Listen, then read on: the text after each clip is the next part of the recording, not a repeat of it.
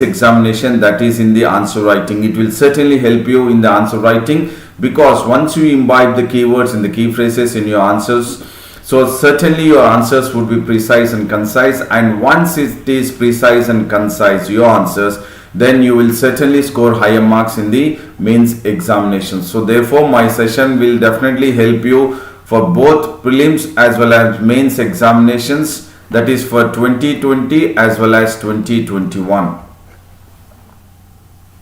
And this session is in regards to the daily news analysis, that is DNA, and we'll go ahead with the DNA of 29th September 2020. And as my tagline goes ahead, that emphasizing on the keywords and the key phrases. And the quote of the day is, the key to success is to focus on goals, not on obstacles. So definitely when you have, or the key to success is, we need to just think about the goals and not really be worried about the obstacles, because obstacles do come and just pass away. We need to be worried about the success and be focused on the goal. And before I get into the daily news analysis, I would say a very big or very good morning to all who are in the live and also in the live chat. D. Suvarna, a very warm welcome to you to AKS IAS Academy daily news analysis. And the news what we have is in regards to the Union Health Minister Harshavardhan is making it very clear that there is a possibility of the first vaccine for the COVID-19 is likely to be available in the first quarter of 2021. So this is a very good news which is by the government or the Union Health Ministry, making it very clear the vaccine for the COVID-19, the first vaccine for the COVID-19 pandemic or COVID-19 disease in India is likely to be available in the first quarter of 2021.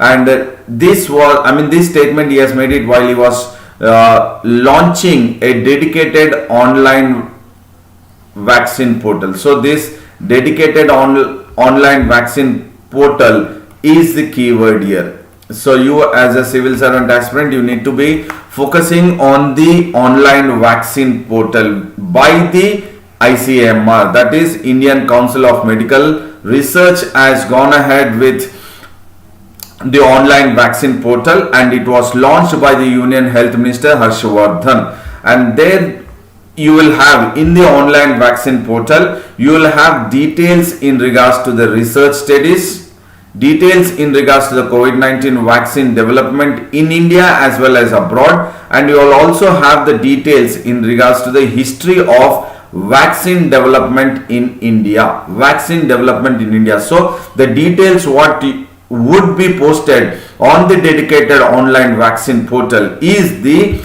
about research studies, about the COVID-19 vaccine development in India as well as abroad, and the history of vaccine development in India. So as I said, the keyword is the dedicated online vaccine portal. So it is very, very imperative and critical information to you all that what constitutes in the dedicated online vaccine portal. So there could be a possibility of the portal being asked by which has been come up by the ICMR.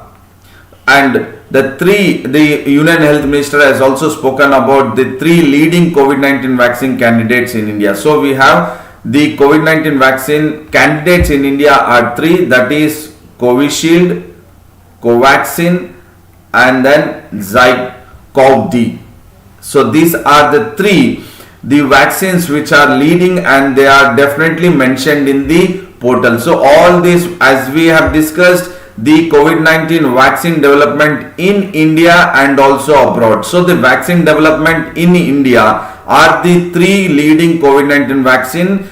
Those are Covishield, Covaxin and Zycov-D. And this information is definitely mentioned in the portal, that is in the online vaccine portal, which on underlying, that is it is emphasizing on the technology which has been used for the Covishield, Covaxin and Zycov-D COVID vaccine, and also the entire trials that have been so far completed, and what is the progress of the, or else the current progress of the trials is also been mentioned in the portal. So that we were talking about the history of the vaccine development in India. So based on the history of the vaccine development in India, the information in regards to the three vaccine, that is Covishield, Covaxin and Zycov-D, would be mentioned there with all the information, and also which technology they are using and the trials which the vaccines are in, which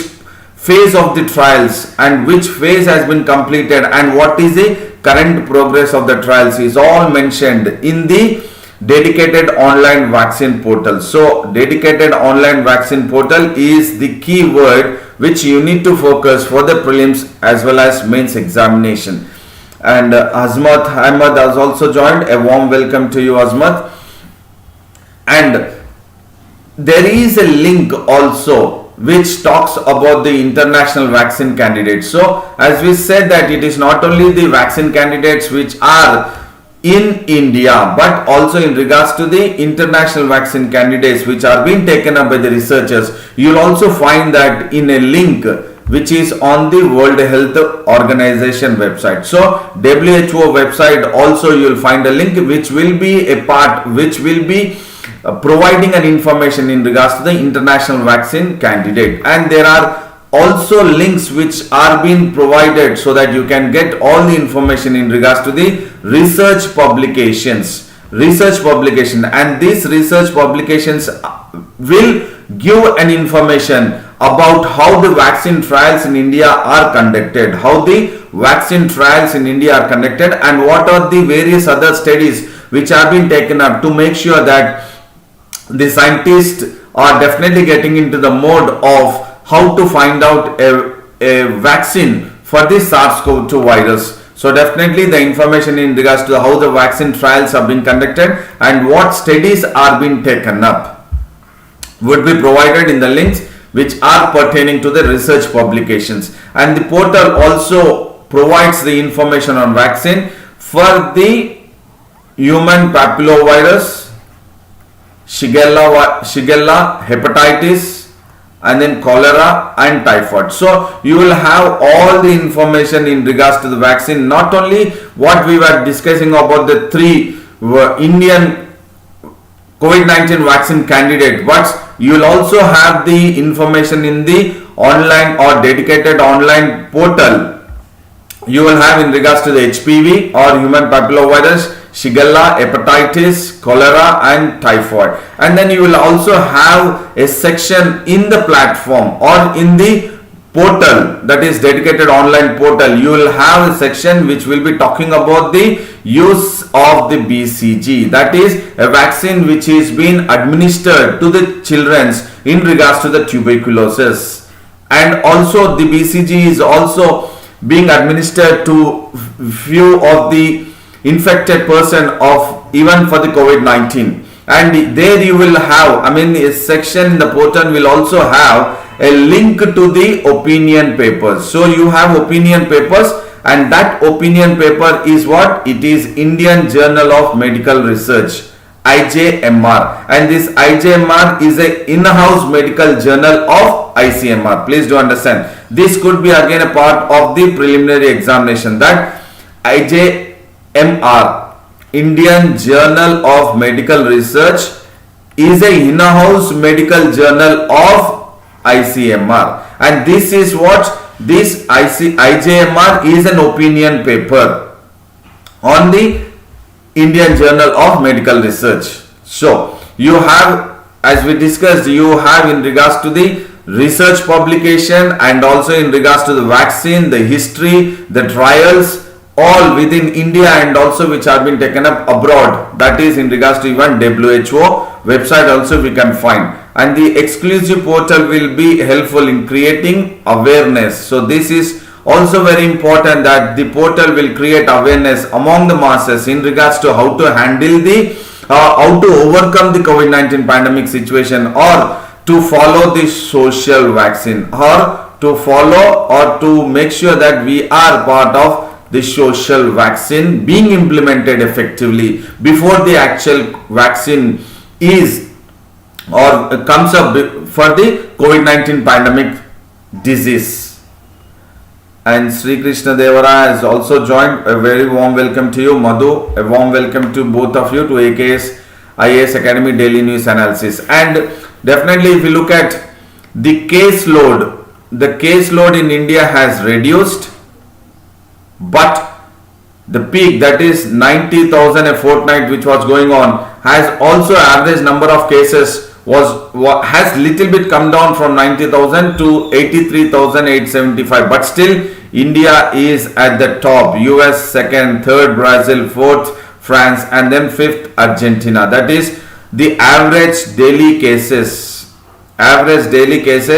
India is 83,000, US 44,313, Brazil 26,000, France 12,000, and Argentina 11,000. So look at the way the average daily cases in India, and that is the worrisome. But the Health Minister Harshvardhan has made it very clear that the vaccine could be available by the first quarter of 2021. So that is a good news. And for you, for preliminary examination point of view and a better understanding about the ICMR, how it deals in regards to the vaccines, in regards to various diseases, that you have a dedicated online vaccine portal. D. Shiva has also joined. A warm welcome to you also.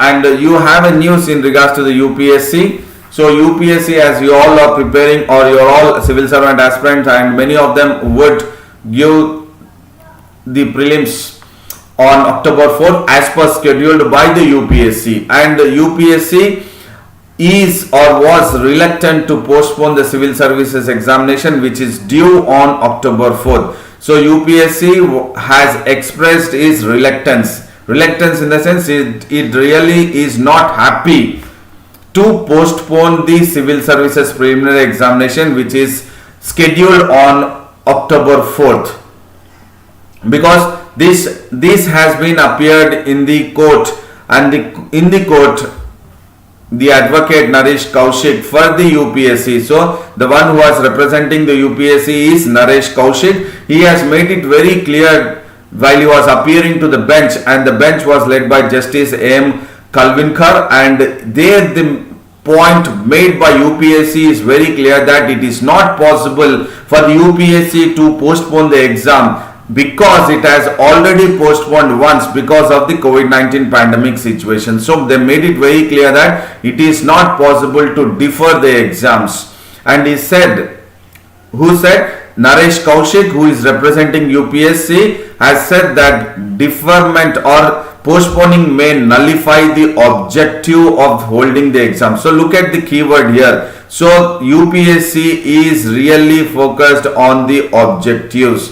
So they say that if you are postponing or deferring the examination, that is UPSC preliminary examination, so it very clearly depicts that we are nullifying the objective of the entire holding the exam, which is the core of UPSC itself. And then when the UPSC, on behalf of UPSC, Naresh Kaushik has made this statement very clear that they are reluctant to postpone, then the bench has asked the UPSC to file an affidavit on September 29th, to file an affidavit by September 29th, and so that the bench will hear the case once again on September 30, 2020 in regards to whether there would be a postponement of civil services examination, which is as on today that it is scheduled to take place, the preliminary examination, on October 4th.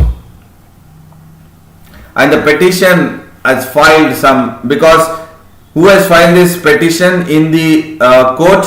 There were few or some aspirants who have filed the petition in the court that the exam, they say that the conduct of the exam in the midst or in the entire process of the COVID-19, or wherein entire India is experiencing the public health crisis. So in this scenario, if the exams are being conducted, then the UPSC is violating It is a violation of the fundamental right to life. So this is again, see, look at it. We are definitely looking at the UPSC examination, whether it will postpone or not, which is being discussed in the court, which the court has asked by September 29 to the UPSC to file an affidavit, and by September 30 the court will take a decision. But here what we have got, the keyword is the fundamental right to life is the keyword, and this is again, you as a civil servant aspirants have to focus in regards to the polity. And there would be around 6 lakh candidates who will be appearing for the examination, that is prelims examination, and the petitioner makes it very clear that the rate of infection might peak when the students are opting for the exam, and this might create a sense of feeling in the minds of the aspirants, civil servant aspirants, that many of them may not opt to take the exam, fearing the contracting the virus, and thus the right to students to fulfill their professional aspiration in the civil services is being curtailed, is been opined by the petitioner in the court. So it is the fundamental right of the to life and the right of students to fulfill their professional aspirations in the civil services is being curtailed, is what the petitioner has expressed or opined in the court. And there is another news which talks about, again pertaining to UPSC itself. I think for the first time I am talking about UPSC in the daily news analysis for such a long time. Probably it's only the first time I am talking. So again there is a news which is pertaining to High Court warns UPSC that it can, if the High Court feels that it can stay, it can put a stay on what? Release of UPSC preliminary exam results. So look at it. High Court is warning the UPSC that it can hold on, or it can go ahead with a stay on release of UPSC preliminary examination results. But why the court is talking about so, or why the court is warning UPSC, we will look at it. And the Delhi High Court, which court? The Delhi High Court has warned UPSC that it can go ahead with staying the results of the civil services preliminary examination, which is scheduled on October 4th, because the Department of Personnel and Training, the response from the Department of Personnel and Training on the reservation for peoples with disabilities, on that part, or the response by the Department of Personnel and Training over or on the reservation for people with disabilities was not really was not really a statement which was Delhi High Court was happy with the response of the DOPT. So thereby it says that we can go ahead with putting a stay, or going ahead with a stay on the results of the UPSC preliminary examination. Why? Because the High Court bench came down very heavily on the UPSC when it has gone ahead with providing the response on the reservation for peoples with disabilities.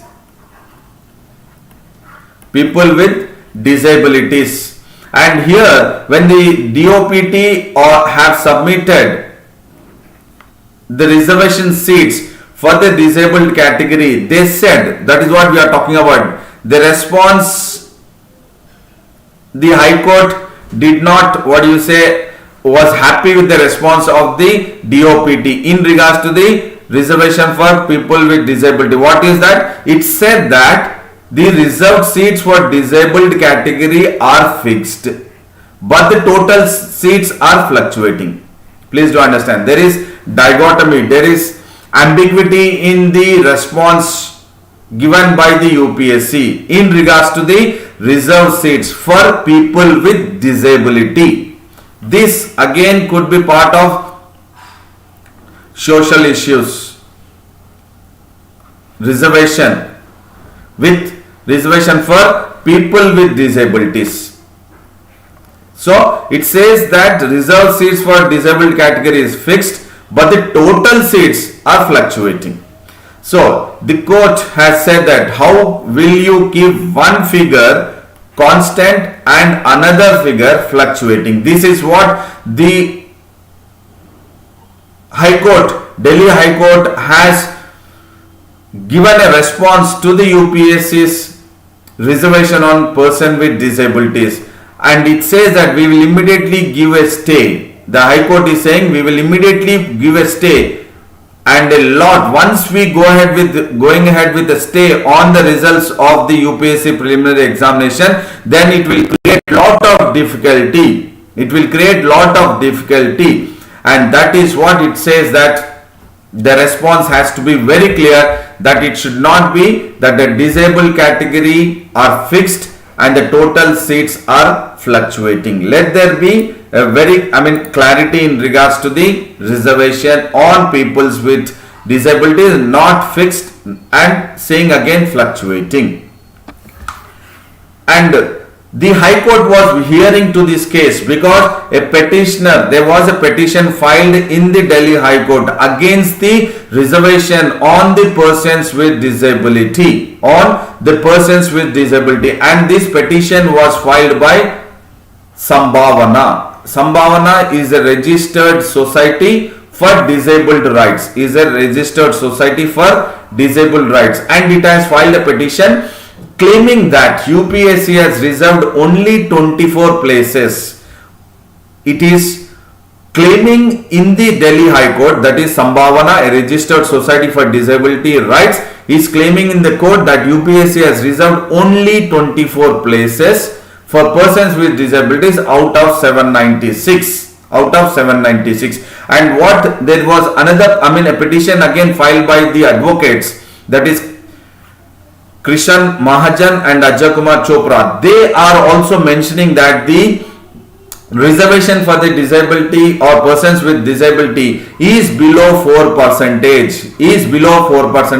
where poor percentage of reservation is mandatory for the persons with disabilities under section 34 of Rights of Persons with Disability Act 2016. So this is the keyword which you need to focus for preliminary examination point of view. The act for the Rights of Persons with Disabilities Act 2016. So as per that section 34, the mandatory reservation should not fall below 4%, or it is 4%. And the police said that 4% on 796 is 32. But what the UPSC has done, it has gone ahead with reserving, or it has provided reservation only for 24.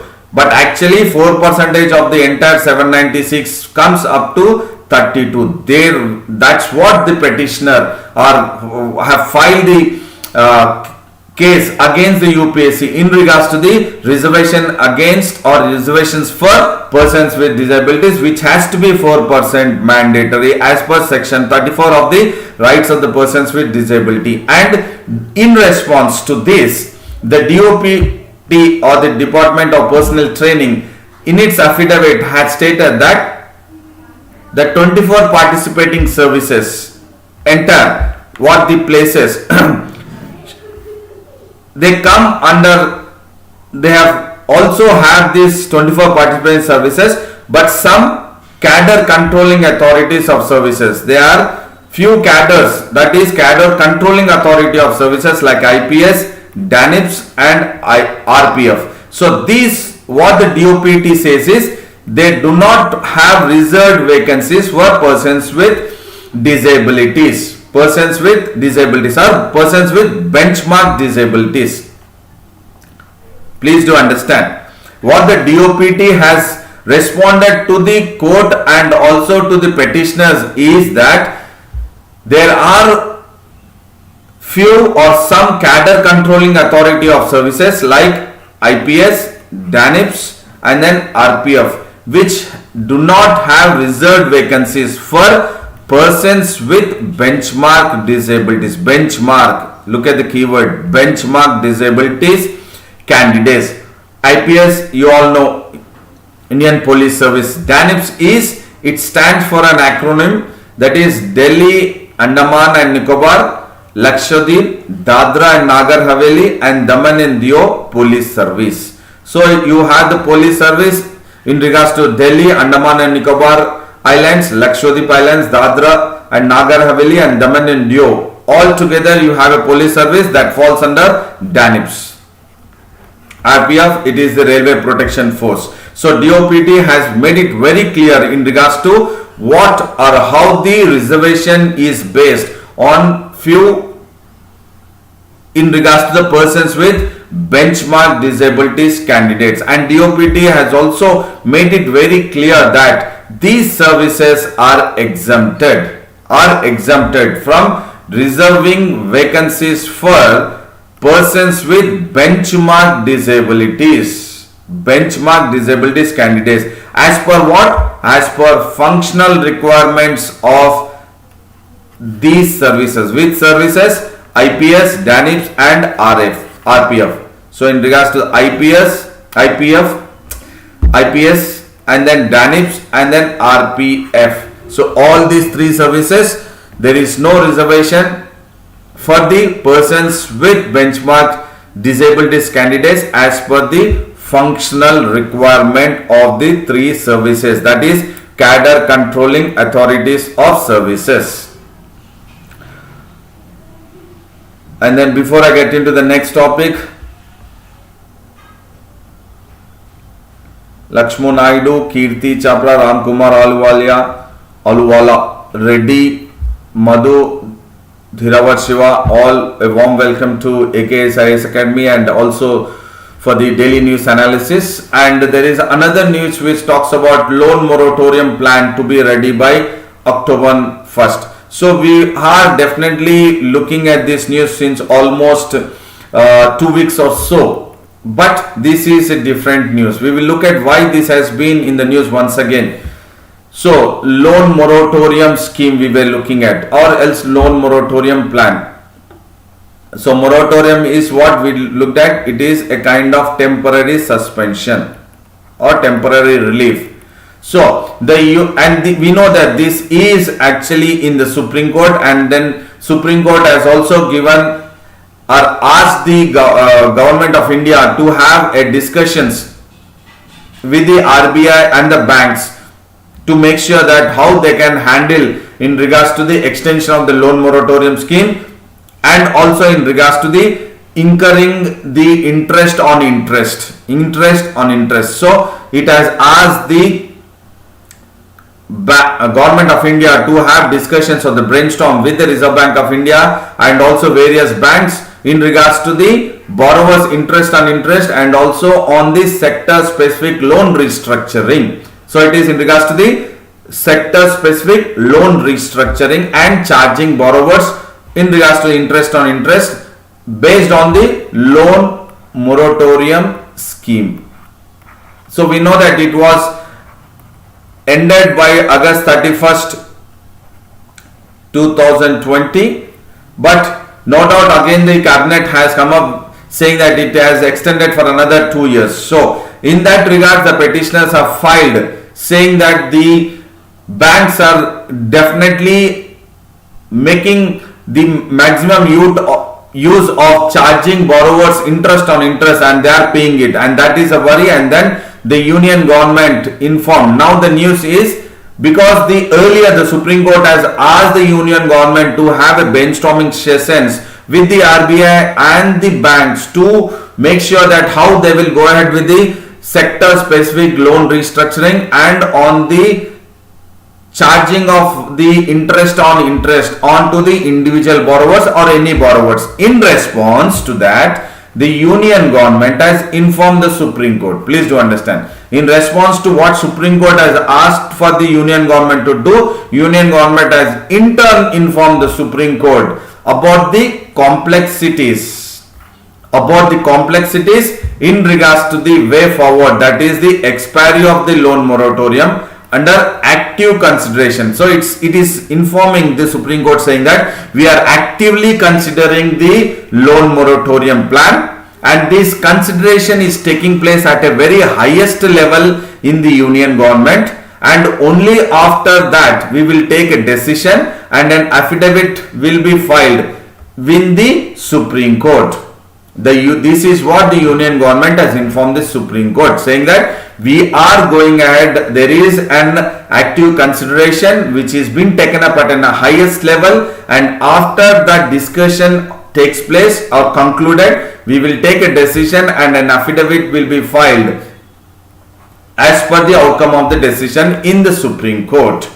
And this, as we said, that the affidavit explaining the government's plan would be ready by October 1st. This is being told by the Solicitor General Tushar Mehta, who is representing the union government in the Supreme Court, and he has made it very clear to the bench which is being led by Justice Ashok Bhushan. And in the last hearing we have seen the Supreme Court which has told to the government of India on September 10th that it has given 2 weeks of time to the government of India to have a brainstorming sessions with the RBI and the banks in regards to discussing on the sector specific loan restructuring and the borrowers interest and interest loans in regards to the loan moratorium. So in response to that, the government has informed that it will certainly, or it is going ahead with highest level active considerations are going on, and later on the decision, after the decision, it will file the affidavit. And in this entire loan moratorium scheme, it is the individual borrowers and various sectors of the commerce and industry are being affected by the loan moratorium scheme, and then the one who are being included in this borrowers and the various sectors of commerce and industry are the traders, power and real estate. They have urged the court to pass an interim order. So they have urged, these people have urged wanted the Supreme Court to pass an interim order in regards to extending loan moratorium which has expired. No doubt it was extended, but what is important is the interest on interest, collecting the or charging the borrowers on interest is the worrisome for the individual borrowers and the traders, power and the one who are in the real estate. And in regards to the loan restructuring, what the individual borrowers and the various sectors, that is the petitioners, are making it very clear is that the loan restructuring is not really a measure which would be helping the individual borrowers taken up by the banks, because they say that the banks have already started debiting the interest on interest. That is the worry. This is the key word. This is the key word for the conceptual understanding. Loan restructuring do not really help the individual borrowers and various sector, that is the traders and real estate and powers, the one who are in the various sectors, because they make it very clear that the banks have started debiting interest on interest. Thereby they are requesting, or they have urged the Supreme Court to pass an interim order. And what the petitioners say is their credit ratings and asset value has dipped. Their credit rating and asset value has dipped because of the banks which have already started debiting interest on interest, and in turn the petitioners say that it is seriously affecting the confidence of the account holders, and it has badly hit this. Debiting interest on interest by the banks have been the one who have been badly hit are the individual borrowers, wherein they are supposed to pay interest on interest deferred, which was not there during the moratorium period till August 31st, 2020. So this is the union government which has responded to the Supreme Court in regards to the loan moratorium plan, loan moratorium scheme, and then in regards to the how they will go ahead with consideration which is going on actively at the highest level, and then later on they will file an affidavit. And here the keyword is sector specific loan restructuring. This is a concept. Loan restructuring is a concept for which will be very useful from economy point of view. That is for the preliminary examination.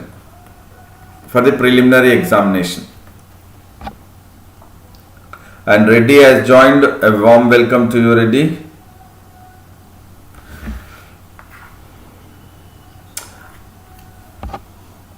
And there is another news which talks about Tamil parties hold hartal in north and east of Sri Lanka. They hold an hartal. That is, they have gone for a kind of agitation. The one who are the Tamil political parties. But the Tamil political parties have gone for an hartal, not in India, but in north and east of Sri Lanka. So the question is, why are we discussing about the hartal or the agitation taken up by the Tamil parties in the north and east Sri Lanka? Because it is definitely important that we need to make sure that how it will be or how it is related to India. So the Tamil political parties and civil society groups, both of them have come together, and in the Tamil majority, that is north and east of Sri Lanka. So north and east of Sri Lanka are dominated, or they have the majority of Tamilians. So you have Sinhalese and Tamilians. You have this rupture in Sri Lanka between Sinhalese and Tamilians. So the Tamil majority you find in the north and east of Sri Lanka. And the Tamil majority area, they have gone for hartal or protest. Against whom? Against Rajapaksa administration. Because they say that the Rajapaksa's administration is undemocratic action, and they are trying to go ahead with stifling the dissent. That is what the Tamil political parties and the civil society groups would wish to express their views. It is being stifled. And what kind of protest they are taking up in regards to democratic action is also being suppressed as a democratic action against the protesters. That is the Tamil political parties. And this development has come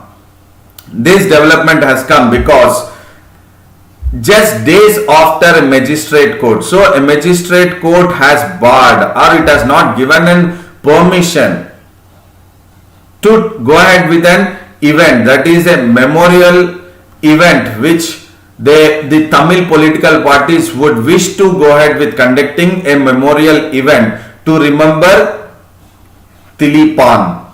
So he is the political leader who was associated with LTTE and who has fasted for unto death in 1987. So Tilipan, a political leader with LTT or with associated with LTT, has gone for fast unto death in 1987, and then he has urged the Indian government. This is what the link we need to follow. That is why I have taken this news, so that we have a link with the India or Indian government. So he has urged in 1987, when he has gone for fast unto death, that is Tilipan, a political leader, he has urged the Indian government to keep its promise to the Tamils, that is Tamils in Sri Lanka, Tamilians in Sri Lanka. And then protesting against the court order, the Tamil leaders or the Tamil political parties and the civil society groups, they said that we will go ahead with the protest because the magistrate court has not given permission for the memorial event, and they say that they have the right to remember Tilipan, and definitely they resist the order, or they are against the order which the magistrate court has banned in regards to the memorial event. So here what is important is the leader and why he has gone ahead into fast unto death, because he has urged the Indian government to keep its promise on Tamils in the year 1987.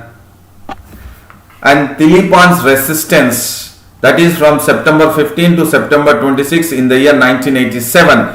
He actually wanted 5 demands, and those 5 demands also included the release of Tamils who have been detained under the Prevention of Terrorism Act in Sri Lanka, and then Sinhalese colonization. As I said, Sinhalese versus Tamilians, we have it since then and also now. So Sinhalese were colonizing it, so they wanted that Sinhala colonization to be slowly, gradually removed. And the third one is withdrawal of Sri Lankan troops from the schools. So definitely these were the demands by the Tilipan, wherein he has gone ahead with the fast unto death. And before just he has commenced his fast unto death, he has gone ahead with a speech in front of the Jaffna fort. And he said that today, then in 1987, he said, today the Indo-Lanka Accord. So what is important here? Keyword, that is Indo-Sri Lanka Accord 1987. This is crucial information for you all for the UPSC prelims and mains perspective. So he said that today the Indo-Lanka Accord is meant to suppress the thirst of people for liberation. So he was a kind of person who was really going ahead with the against the government then, the way the Tamilians were being suppressed, or for the liberation of Tamilians, and he was referring to the Indians to, or the Indian government to make sure that they go ahead with making sure that they keep the promise which they have promised to the Tamilians in Sri Lanka. And the accord, that is Indo-Lanka Accord 1987, as per Tilipan, he says that it is suppressing the thirst of the people for liberation. And the mention is also very clear here that the Indian intervention in the civil war years came under sharp criticism. So India has sent the Indian peacekeeping force. India has sent its Indian peacekeeping force during the prime ministership of Rajiv Gandhi. He has sent the Indian peacekeeping force, which has supported the Sri Lankan military or the government. And then in that midst, we have also had the Indo-Lanka Accord 1987. And then which was present on the island, the Indian peacekeeping force, which was there when the peacekeeping mission until 1990. So that was the sharp criticism by the Sri Lankans or the Tamilians in Sri Lanka against the Indian government then, and this person is Tilipan. So this is the news. So do consider this in regards to the prelims as well as mains examination in regards to the Indo-Sri Lanka Accord 1987.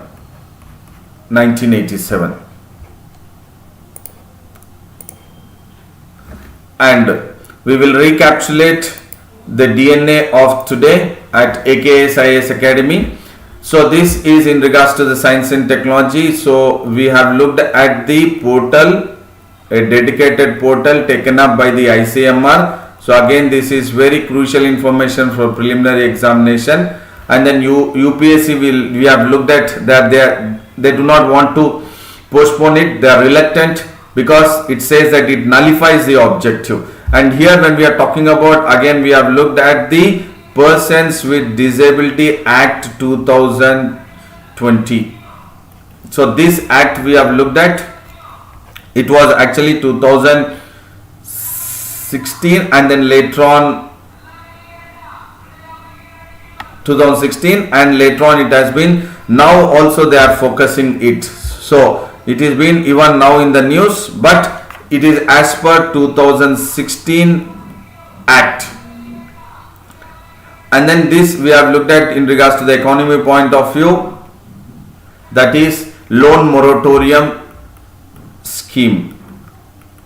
And this again in regards to the Indo-Sri Lanka Accord 1987. This in regards to the bilateral relations or India-Sri Lanka bilateral relations. Again, this is in regards to the international relations, and this again it could be in regards to dynamic current affairs.